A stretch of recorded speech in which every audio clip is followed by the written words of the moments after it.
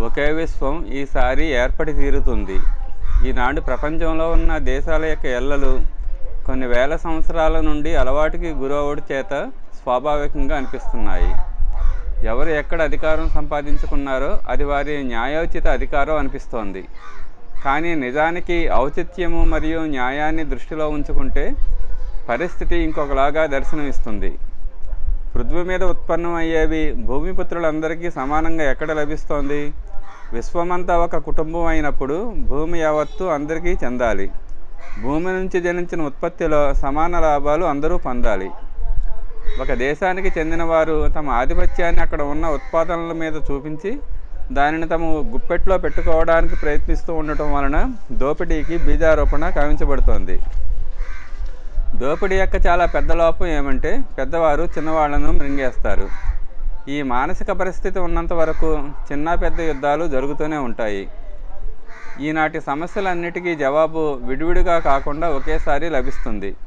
అణుయుద్ధం ఆగిపోవడమే కాకుండా వివిధ వర్గాలు రాజనీతిజ్ఞులు తమ తమ సామర్థ్యానుసారం ఆక్రమించుకున్న దేశ విభజన రేఖలన్నీ చెదిరిపోతాయి. ఈనాడు ప్రపంచపటంలో ఏ దేశం ఎక్కడ కనిపిస్తున్నదో అవేమీ అక్కడ కనిపించవు.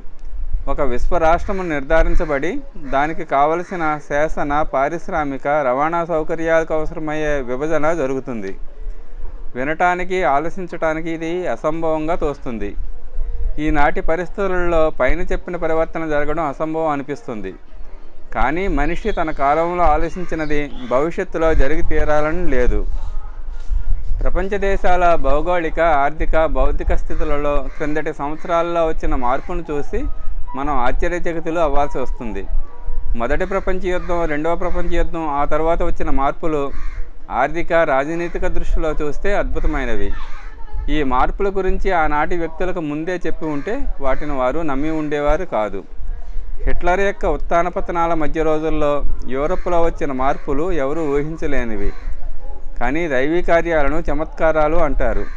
ఘోర అంధకారంలో ఎక్కడి నుంచో వేడి గోళాన్ని ఆవిర్భవింపచేస్తారు. చూస్తూ ఉండగానే ఆకాశం మేఘావృతమై వర్షించి పృథ్వీని ముంచెత్తుతుంది.